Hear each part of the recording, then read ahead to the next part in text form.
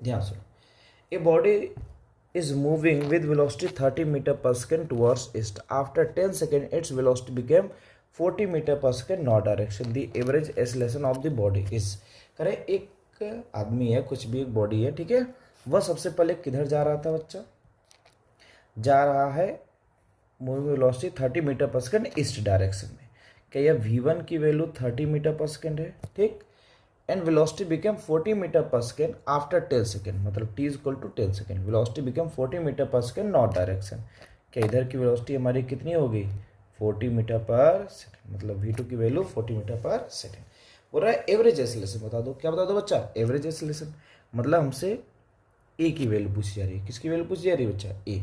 तो ए is equal to हमको पता है डेल्टा वी अपॉन टी होता है, मतलब अगर एक्सीलरेशन निकालना है तो पहले हमको चेंज इन वेलोसिटी पता होना चाहिए। अब चेंज इन वेलोसिटी कैसे निकालेंगे, डेल्टा वी का मतलब क्या हुआ बच्चा, क्या vector v2 minus vector v1 होगा। तो इसका मतलब क्या है कि change in velocity he subtraction of vector है। जैसे कि आप वेक्टर सब्ट्रैक्शन ऑफ वेक्टर की बात करो तो बच्चा वेक्टर r बराबर क्या लिखते हो, vector a minus vector b ही तो लिखते हो ना। तो वैसे देखो, क्या यह वेक्टर a हो गया और ये वेक्टर क्या हो गया, b हो गया। तो इसका मतलब कभी भी आपसे subtraction of change in velocity पूछा जाए तो आप क्या करोगे, उन दोनों का सब्ट्रैक्शन ऑफ वेक्टर निकाल दोगे, ठीक है।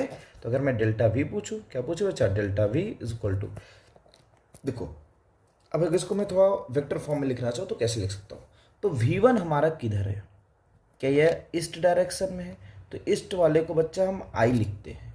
जैसे कि आपको पता है कि ध्यान से, यह x एक्सिस, यह y एक्सिस, यह माइनस एक्स, यह माइनस वाई, इस इधर ईस्ट होता है, इधर वेस्ट होता है, इधर नॉर्थ होता है और इधर क्या होता है, साउथ, ठीक है। अब ईस्ट वाले को हम क्या लगाते हैं बच्चा, i, और y वाले को क्या लगाते हैं, j, और वेस्ट वाले को माइनस i, और साउथ वाले को माइनस j लगाते हैं। बात पता है, चलिए, नहीं पता तो याद रखिएगा। आपको याद है जब मैं परपेंडिकुलर इन्वर्टर बताया था तो मैंने कहा था यह x है, यह y है और ये z है। x को हम i से डिनोट करते हैं, y को j से, और z को k से डिनोट करते हैं, ठीक है। वही यहाँ पे हमने डिनोट किया है। मैं इसको थोड़ा सा कहीं और बना दूँ, अच्छे से ध्यान से देख लो बच्चा, इसको मैं कहीं और बना दे रहा हूँ ताकि आपको अच्छे तरीके से समझ में आ जाए। ध्यान से देखो, क्योंकि इसका काम हमको अभी और आगे मिलेगा। इधर यह x एक्सिस होता है, यह y एक्सिस होता है, यह माइनस x होता है और यह हमारा माइनस y होता है। x का मतलब होता है बच्चा हमारा ये ईस्ट डायरेक्शन है, और ये हमारा वेस्ट डायरेक्शन है, ये हमारा नॉर्थ डायरेक्शन है, और ये हमारा साउथ डायरेक्शन है, ठीक है। बहुत अच्छा, अब इसको हम i से डिनोट करते हैं, इसको माइनस i से, और इसे प्लस j से, और इसे माइनस j से डिनोट करते हैं। क्लियर है, बहुत अच्छी बात। तो वैसे अगर वेक्टर v2 लिखना है तो क्या हम, अगर v1 अगर लिखना है तो किधर जा रहा है, इस डायरेक्शन जा रहा है, तो क्या लिखेंगे 30i, और ये जा किधर रहा हमारा, नॉर्थ डायरेक्शन में, तो v2 की वैल्यू कितना लिखा जाएगा, 40j। और डेल्टा v लिखना है तो क्या लिखूंगा, v2 minus v1, vector v2 minus vector v1। तो delta v is equal to क्या लिखा जाएगा बच्चा, v2 कितना है हमारा 40j माइनस 30i, ठीक है। मत परेशान में कि वेक्टर क्या लिखा जा रहा है, ठीक है, इतना ज़्यादा सोचना नहीं है, क्योंकि देखो अभी इसको लेकर परेशान होना कि आई जे क्या लिखा जा रहा है, क्योंकि अभी आपको समझ में आ जाएगा, क्योंकि इससे क्या है ना, थोड़ा सा हमको डायरेक्शन निकालने में आसानी होगी, बस इसलिए बता रहा हूँ, और कोई बहुत बड़ी चीज़ नहीं इसका, ठीक है। चलिए ध्यान से देखिए इसको, सुनो अच्छा, चलिए इसको मत परेशान हो, बस ये हमारे लिए थोड़ा डायरेक्शन निकालने में मदद करेगा। और यह आई जे के लिखने का तरीका अभी तो हम बहुत बार देखेंगे, 50 बार देखेंगे, ठीक है। चलिए, तो अगर डेल्टा वी निकालना है तो हम क्या लिखेंगे बच्चा, मतलब क्या a माइनस बी ही तो निकालना है, तो क्या लिखेंगे, जहाँ पे a होता था वहाँ पे क्या हो जाएगा, v2 का स्क्वायर प्लस v1 का square minus 2v1 v2 cos theta. Clear है। तो डेल्टा v की वैल्यू कितनी हो जाएगी, v2 की वैल्यू कितनी है बच्चा हमारी 40, v1 की वैल्यू 30, तो ये 40 का स्क्वायर प्लस 30 का square minus 2 into 40 into 30 into cos कितना हो जाएगा 90, क्योंकि देखो अच्छा इनके बीच का एंगल कितना है हमारा 90 डिग्री। कॉस 90 की वैल्यू कितनी होती है 0, कहानी खत्म। तो डेल्टा वी की वैल्यू कितनी आ गई, रूट में 1600 प्लस 900 कितना हो जाएगा बच्चा, रूट में 2500। तो इसको सॉल्व करोगे डेल्टा वी की वैल्यू कितनी आ गई 50 मीटर पर सेकेंड। क्लियर है? इसके लिए मत परेशान कि ये वेक्टर फॉर्म क्या लिखा है मैंने, बस ये थोड़ा सा हमारे डायरेक्शन के लिए मदद करेगा, ठीक है? अब कोई मैग्नीट्यूड निकालने तो समझ में आया? तो अच्छा देखो कि अगर आपको वेक्टर a माइनस बी पूछा जाता तो आप r बराबर क्या लिखते हो ये बता दो। A square plus B square minus 2ab cos theta ही तो लिखते हो ना भाई। तो यहाँ पर a की जगह हो गया v2 और b की जगह क्या हो गया v1, बस वही हमने किया है। तो इसका मतलब क्या है सर कि अगर चेंज इन वेलोसिटी पूछा जाए तो हम 40 माइनस 30 क्यों नहीं किया आपने? 40 माइनस 30 क्यों नहीं किया? आप इसकी वैल्यू तो 10 आ जाती है, लेकिन आप 50 बता रहे हो। नहीं बच्चा, यही कहानी है, वेक्टर की कहानी है। जो आप 40 माइनस 30 बता रहे हो ना, ये स्केलर वैल्यू बता रहे हो। क्यों? कि बच्चा जब डायरेक्शन चेंज होती है ना तो ये प्लस माइनस साइन भी कुछ आता है। बात समझ आ रही है? अगर हमसे स्पीड चेंज इन स्पीड पूछा होता तो आप 40 माइनस 30 करके 10 बता देते। मतलब अगर आपसे पूछा जाए चेंज इन स्पीड तो आप बता दोगे 40 माइनस 30 इक्वल टू क्या हो जाएगा 10। यह चेंज इन स्पीड है। लेकिन वेलोसिटी ऐसा नहीं है, क्योंकि मैंने आपको पहले ही लेक्चर में समझाया था। बच्चा ध्यान से देखो, मैं आपसे कहूँ कि ध्यान से, इधर एक आदमी जा रहा है 10 मीटर पर सेकेंड से, ठीक है, और वापस आने लगा 10 मीटर पर सेकेंड से। तो अगर आपसे बोलो चेंज इन वेलोसिटी बता दो, change in velocity, change in velocity कितना होता है? अच्छा, जब इधर जा रहा है तो क्या ये हमारा प्लस होगा, और वापस आ रहा है तो क्या होगा माइनस। क्यों? क्योंकि वेलोसिटी स्केल वेक्टर क्वांटिटी है। पास में आ रही है? तो चेंज इन वेलोसिटी का मतलब क्या होगा v2 माइनस v1 या v1 माइनस v2, कुछ भी आप लिख सकते हो, ठीक है? तो v1 माइनस v2 लिख लो या v2 माइनस v1, चलो कोई दिक्कत नहीं। तो v2 हमारा कितना है -10, माइनस v1 कितना है हमारा 10, तो कितना आ गया -20 मीटर पर सेकेंड। अगर मैग्नीट्यूड पूछ दूं तो प्लस आ जाएगा। अगर मैं आपसे चेंज इन स्पीड पूछूं, चेंज इन स्पीड, तो आप कितना बताओगे? चेंज इन स्पीड, क्या हमारा इनिशियल स्पीड 10 है, फाइनल भी कितना है 10 है, क्योंकि स्पीड डायरेक्शन पे डिपेंड नहीं करती, ये स्केलर क्वांटिटी है। पास में आ रही है? तो आप क्या बताओगे 10 माइनस 10 सर इसका 0। तो चाहे स्पीड और वेलोसिटी में दोनों में फर्क है, ध्यान रखना। समझ आई बात? बहुत अच्छी बात, ठीक है। अगर वेलोसिटी पूछा जाए तो आपको इस तरह से करना है, स्पीड पूछा जाए तो बस आंख बंद करके जो डाटा दिया है उसको प्लस और माइनस कर लेना है, ठीक है।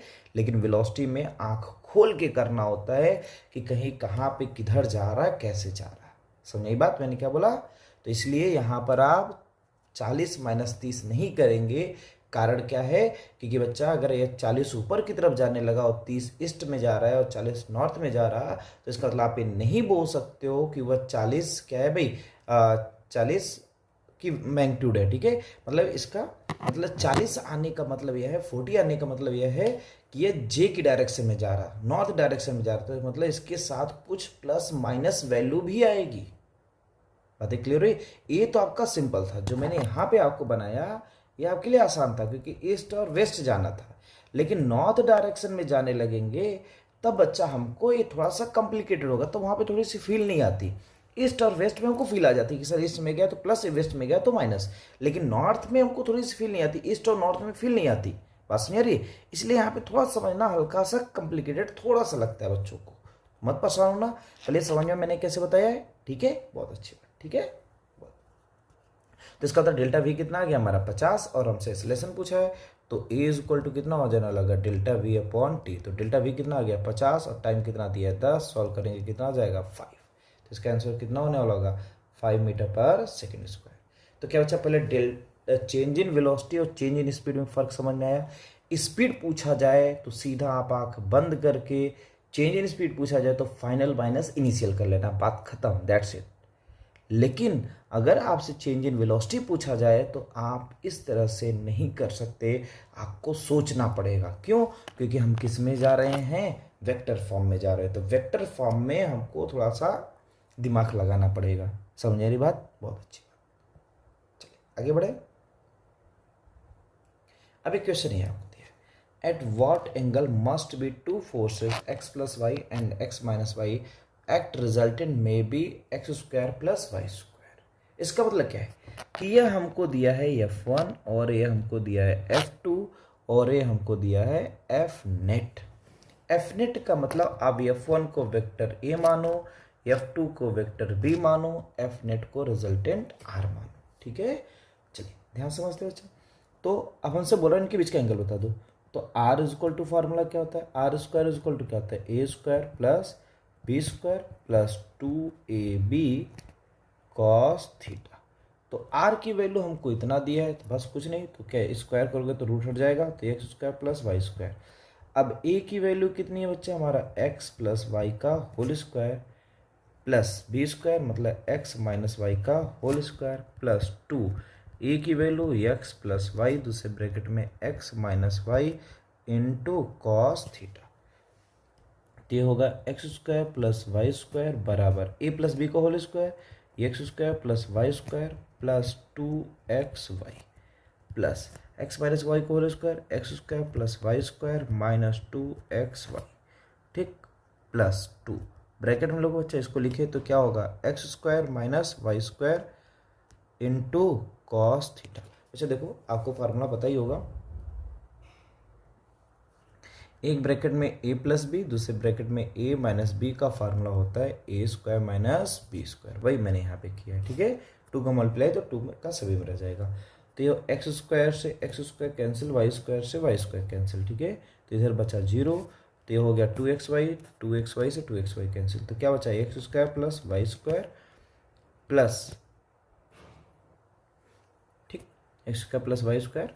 अब इसमें क्या हो जाएगा बच्चा, 2x square cos theta minus 2y square cos theta. ठीक है, चलिए अब जाने दो, वैसे भी कॉस को मत लेकर क्योंकि कॉस ही निकालना है, तो इसको एक काम करो यहाँ से हटाओ, इसको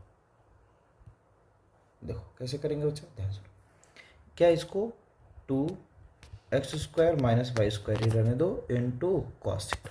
अभी X square plus Y square को इधर भेज दो, तो क्या हो जाने वाला होगा बच्चा, इधर आके हो जाएगा माइनस, तो ये माइनस हो जाएगा X square plus Y square is equal to क्या हुआ, 2x square plus Y square cos theta. ठीक, अब ये देखो कॉस थीटा चाहिए तो ये दोनों मल्टीप्लाई, तो इधर आके क्या हो जाएगा, divide, sorry X square minus Y square,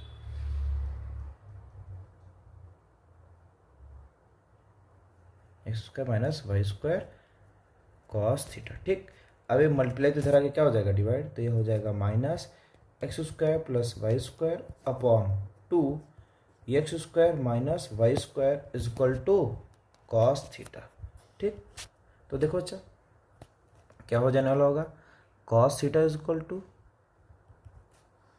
X square plus Y square upon 2 bracket में Y square minus X square, तो थीटा इज इक्वल टू क्या हो जाएगा, cos inverse X square plus Y square upon 2 bracket में Y square minus X square. समझ में आई बात, बहुत अच्छा। तो देखो अच्छा कौन सा ऑप्शन है हमारा,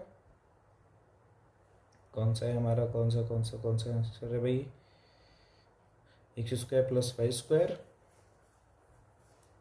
ये फर्स्ट है, लेकिन यहाँ पे क्या रहना चाहिए, माइनस रहना चाहिए। ठीक है, क्योंकि X square minus Y square, हाँ यहाँ पे रहेगा माइनस। ठीक है, चलिए क्लियर भाई लोग, तो कैलकुलेशन तो कोई मिस्टेक नहीं किया ना मैंने, कैलकुलेशन मिस्टेक नहीं होगा तो ठीक है। ठीक है, कैलकुलेशन देख लेते हैं एक बार, X square plus Y square, X square plus Y square इतना इतना इतना, ठीक है, तो 2x square minus Y square cos theta. ठीक है, तो एक्स स्क्वायर से एक्स स्क्वायर कैंसिल हो जाएगा, 2xy से 2xy cancel, X square plus Y square plus 2x square minus Y square, ये दोनों इधर आ जाएंगे, तो हो जाएगा minus X square plus Y square plus 2x square minus Y square इतना।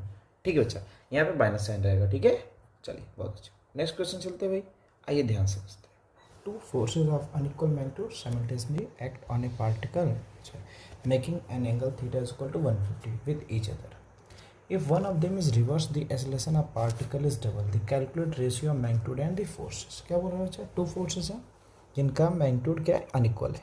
सपोज है हमने मान लिया कि दो फोर्सेस हैं, कुछ भी हो सकते हैं, अच्छा 1 10 12 कुछ भी हो सकते हैं, अनइक्वल है। ठीक है, और उनके बीच का एंगल कितना है, 150 है। सपोज दैट हमने मान लिया एक फोर्स है F1 और एक फोर्स है हमारा F2 है। ठीक है, इनके बीच का एंगल कितना दिया है भाई, 150। ठीक है, तो सपोज दैट हमने रिजल्ट मान लिया F डैश। ठीक, तो बोल रहा है कि if the one of them is reverse, then acceleration of particle is double. हमने एक इसमें से किसी एक फोर्स को रिवर्स कर दिया, जैसे सपोज दैट F1 को वैसे ही रखा, लेकिन F2 को हमने रिवर्स कर दिया। F2 को हमने क्या कर दिया बच्चा, रिवर्स कर दिया। ठीक है, अगर ये 150 है तो ये एंगल कितना होगा बच्चा, 30 डिग्री होगा, क्योंकि रिवर्स का मतलब एक इधर था तो हमने एक अपोजिट कर दिया। तो जाहिर सी बात है ये जो फोर्स है क्या ये इधर आ जाएगा, तो अगर ये 150 है तो ये एंगल कितना हो जाएगा, 30 होगा। क्लियर है, बहुत अच्छी, ध्यान सुनो बच्चा। चलिए ठीक, अब कह रहा है कि जो एक्सेलरेशन था वो डबल हो गया। तो सपोज दैट मैंने मान लिया फोर्स हमारा क्या हो गया, F डबल डैश। और एक बात हम और बहुत अच्छी तरीके से जानते हैं कि फोर्स का फार्मूला होता है मास इनटू एक्सेलरेशन। मतलब मैं बोल सकता हूँ कि force is directly proportional to A. ठीक, तो यहाँ पे हमको दिया है कि F डैश जो है वह प्रोपोर्शनल है ए के, और F डबल डैश जो है वह किसके प्रोपोर्शनल है, 2a के। क्योंकि बोला है जब हमने one of them is reverse acceleration of particle is double, पहले एक्सेलरेशन a था, अब ये क्या हो गया है, 2a हो गया है। ठीक है, बहुत अच्छी बात। तो अब मैं अगर F डैश निकालूँ, क्या निकालूँ बच्चा, F डैश। तो F डैश की वैल्यू कितनी आएगी, रूट में F1 square plus F2 square plus 2F1 F2, इनके बीच का एंगल कितना है बच्चा, 150 कॉस 150। ठीक है, और F डबल डैश की वैल्यू निकालो तो क्या होगा बच्चा, रूट में F1 स्क्वायर। देखो अच्छा, हमने डायरेक्शन जो रिवर्स किया, मैग्नीट्यूड चेंज नहीं किया, बट डायरेक्शन ही हमने चेंज किया है। ठीक है, मैग्नीट्यूड में कोई चेंज नहीं है।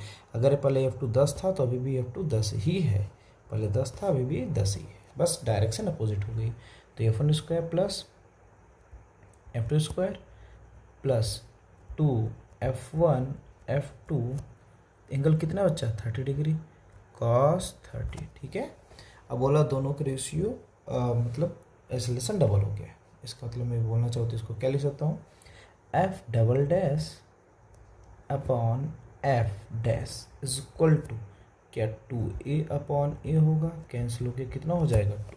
तो F डबल डैश की वैल्यू कितनी है बच्चा, लिखो यहाँ पर कितना लिखा जाएगा, रूट में F1 स्क्वायर प्लस F2 का square plus 2F1 F2 cos theta cos 30। अच्छा, पहले आपको समझ में आया क्वेश्चन क्या पूछ रहा है इसमें, ध्यान से देखो भाई, कॉस 30। ठीक है, अभी मैं बताता हूँ क्वेश्चन को, एक बार फिर से पढ़ दूंगा मैं। अपॉन F डबल डैश की, ये तो हमारा F डबल डैश हो गया। F डैश की वैल्यू कितनी है हमारी, रूट में F1 square plus F2 square plus 2F1 F2 cos 150। भी जो बोला था मैंने वही किया। अब देखते हैं क्या उसके आगे पूछा गया। ठीक है, तो यह है 2 और यह है 1। देखो एक बार फिर से क्वेश्चन बोलो बच्चा। 2 forces of unequal magnitude simultaneously act on a particle making angle theta 150, ठीक है, with each other. If one of them is reverse, acceleration of particle is double. अभी हमने इतना काम किया। ठीक, अब बोल रहा है calculate the ratio of magnitude of forces. मतलब हमसे यह बोला गया है कि ये जो फोर्सेस हैं F1 और F2, इन दोनों का रेशियो कैलकुलेट करना है हमको। ठीक है, तभी जितना बोला था उतना कर लिया। अब हमसे F1 और F2 का रेशियो पूछा, कोई दिक्कत नहीं। चलिए, तो बच्चा अगर मैं रूट हटाऊँ तो इधर 4 हो जाएगा, बिल्कुल। तो ये हो जाएगा हमारे ऊपर का रूट हट जाएगा, F1 square plus F2 square plus 2F1 F2 cos 30 की वैल्यू कितनी होती है बच्चा, √3/2। कितनी होती है, √3/2। ठीक है, अपॉन ये कितना हो जाएगा बच्चा, F1 square plus F2 square plus 2F1 F2 cos 150 की value minus √3/2 is equal to 2/1। Sorry 2 नहीं, अब कितना हो जाएगा बच्चा, क्योंकि स्क्वायर करेंगे तभी तो रूट हटेगा, तो हो जाएगा 4/1। क्लियर है, बहुत अच्छा। अब ध्यान सुनना बच्चा, अब क्रॉस मल्टीप्लाई, ए 2 से 2 कैंसिल हो जाएगा, इधर भी 2 से 2 कैंसिल हो जाएगा। तो क्या बचा हमारा, F1 square plus F2 square plus √3F1 F2, ठीक, इज इक्वल टू क्या, इधर आके मल्टीप्लाई हो जाएगा, क्रॉस मल्टीप्लाई कर दो भाई। तो ये कितना हो जाएगा, 4 ब्रैकेट में F1 square plus F2 square minus, क्योंकि यहाँ माइनस है, माइनस इंटू प्लस क्या हो जाएगा, माइनस √3 F1 F2। ठीक, बहुत अच्छा। अब मल्टीप्लाई कर देते बच्चा, यह F1 square plus F2 square plus √3 F1 F2 is equal to क्या, यह 4 F1 square plus 4 F2 square minus 4 √3 F1 F2। ठीक है, बहुत अच्छा। अब इसको उधर लेके चल जाते हैं, तो क्या हो जाएगा 4F1 माइनस इतना, तो कितना हो जाएगा 3F1 square plus 3F2 square minus 4 √3 F1 F2 minus √3 F1 F2 is equal to कितना बच्चा, 0। क्या बात है, क्लियर है, बहुत अच्छी बात। ठीक, आगे बढ़ते, इधर लिखते हैं बच्चा, ध्यान से। तो बच्चा इसको अगर मैं लिखना चाहूँ तो क्या लिख सकता हूँ, 3F1 square plus 3F2 square minus 5 √3 F1 F2 is equal to 0। एक काम करो बच्चा, डिवाइडिंग बोथ साइड बाई होना चाहिए, जो स्क्वायर होना चाहिए वह F1 अपॉन F2 का स्क्वायर होना चाहिए। तो एक काम करूं मैं, dividing both side F2 square से मैं डिवाइड कर देता हूं। ठीक है, चलिए, अगर मैं F2 स्क्वायर से डिवाइड करूं तो 3F1 square upon F2 square plus 3F2 square upon F2 square minus 5 √3 F1 F2 upon F2 square is equal to 0। तो अच्छा देखो, ये बन रहा कुछ, हाँ बिल्कुल, F2 से F2 ये कैंसिल हो जाएगा, तो ये क्या बचा हमारा 3F1 अपॉन F2 का होल स्क्वायर माइनस 5 √3 क्या F1 अपॉन F2 होगा प्लस 3 इज इक्वल टू 0। क्या बच्चा तुमको क्वाड्रेटिक इक्वेशन दिख रहा है? बिल्कुल, अगर क्वाड्रेटिक इक्वेशन दिख रहा है तो भाई हमको सॉल्व करने में क्या दिक्कत है। तो देखो बच्चा, क्वाड्रेटिक इक्वेशन हम जानते हैं ax स्क्वायर, क्वाड्रेटिक इक्वेशन के लिए हम जानते हैं क्या होता है बच्चा, ax square plus bx plus c is equal to 0। तो उसको सॉल्व करने का सीधा सा रूल है, x is equal to minus B plus minus under में B square minus 4ac upon 2a, ये होता है। चलिए, तो जो स्क्वायर वाला होता है उसके साथ जो होता है वह a होता है, और x के साथ जो होता है वह b, और बाकी जो बचा वह c होता है। तो वैसे ही यहाँ पे स्क्वायर है, तो स्क्वायर के साथ जो बचा ये a, और इसके साथ जो है वह b, और बचा जो वह c। तो लगाते हैं। तो बच्चा जब यहाँ पे x स्क्वायर था तो यहाँ पे हमने x लिखा, यहाँ पे हमारा F1 अपॉन F2 स्क्वायर है, तो यहाँ पे हमारा F1 अपॉन F2 लिखा जाएगा is equal to minus B की वैल्यू कितनी है हमारी, -5 √3।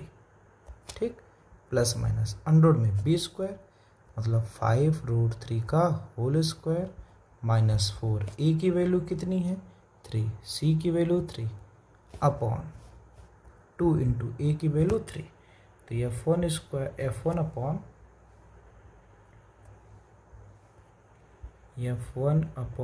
F2 is equal to 5 √3 plus minus under में 25 इंटू 3 75 माइनस 36 अपॉन 6 हो जाएगा, बिल्कुल। अब 75 माइनस 36 कर लो। ठीक, तो क्या बचा हमारा F1 अपॉन स्क्वायर, बार बार लग रहा है क्या है भाई साहब, तो स्क्वायर आ जा रहा है। F1 upon F2 is equal to 5 √3 plus minus under में 39 अपॉन 6। अब अच्छा यहाँ पे प्लस लिया जाएगा, माइनस क्यों नहीं लिया जाएगा, क्योंकि आप देखोगे इसकी दो वैल्यू होगी। 5 √3 देखो अप्रॉक्स में अगर 39 5 √3 की और इसकी वैल्यू देख लेते हैं क्या आता है। तो अगर हमें पॉजिटिव लेते हैं तो 5 √3 प्लस माइनस की टर्म में रहने दो, क्योंकि दो वैल्यू आ जाएगी। तो इसको हम 39 को 13 इंटू 3 लिख सकते हैं अपॉन 2 इंटू √3 लिख सकते हैं, √3 कैंसिल। तो हमारा F1 अपॉन F2 की वैल्यू कितनी आ गई बच्चा हमारी 5 प्लस माइनस रूट में 13 upon 2 √3।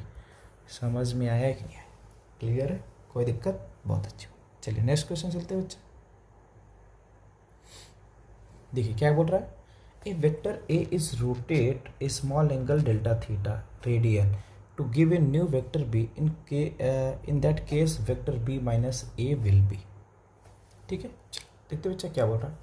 Vector A is rotated by small angle delta theta radian theta is very less than 1.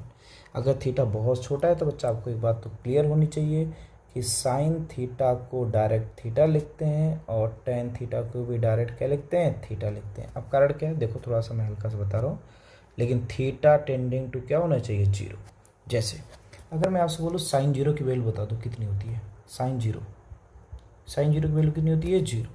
ठीक है, और साइन 30 की वैल्यू पूछो तो क्या बताओगे आप बच्चा, 1/2 बताओगे.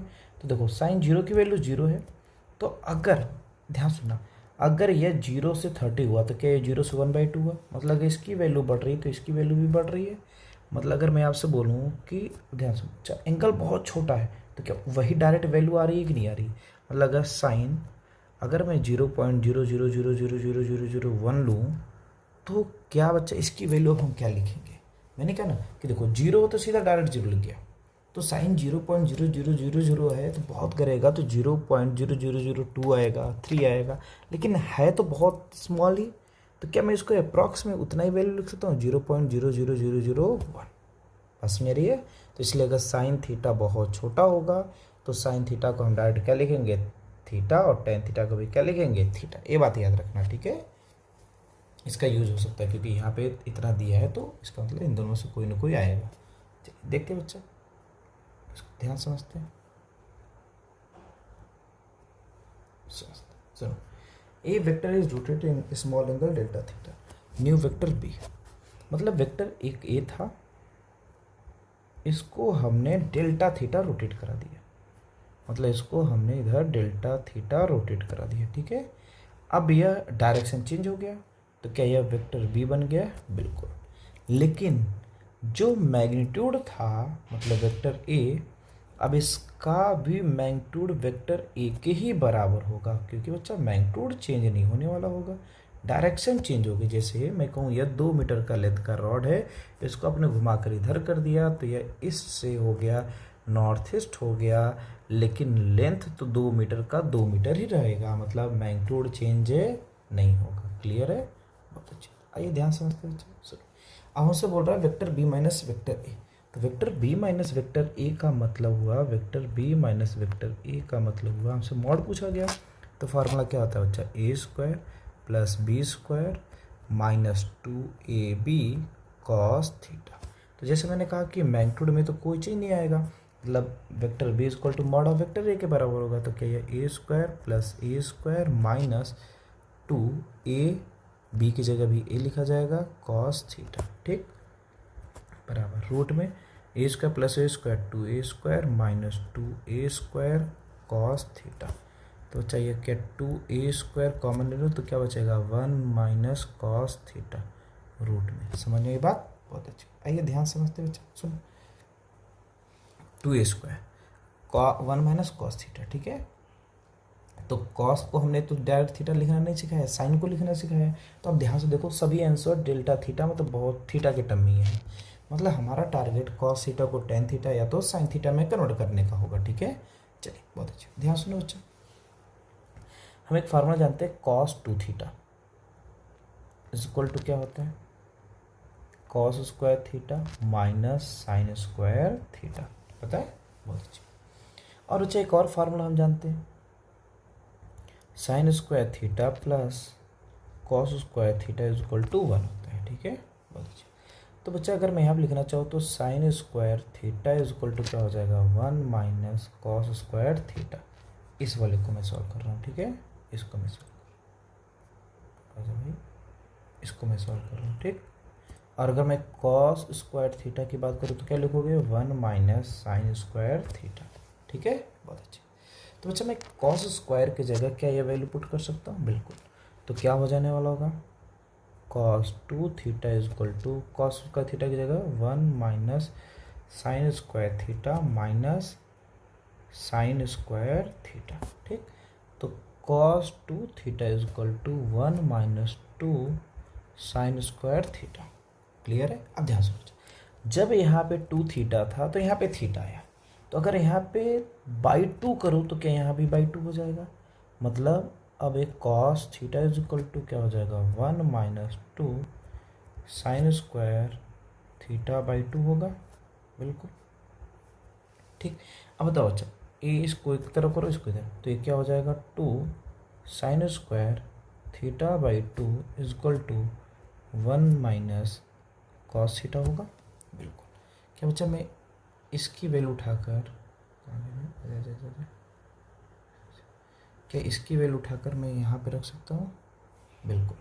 तो क्या होने वाला होगा हमारा, ये आया इज इक्वल टू रूट में 2a square into 1 minus cos theta की जगह क्या आएगा बच्चा 2 साइन स्क्वायर थीटा बाई 2, ठीक है।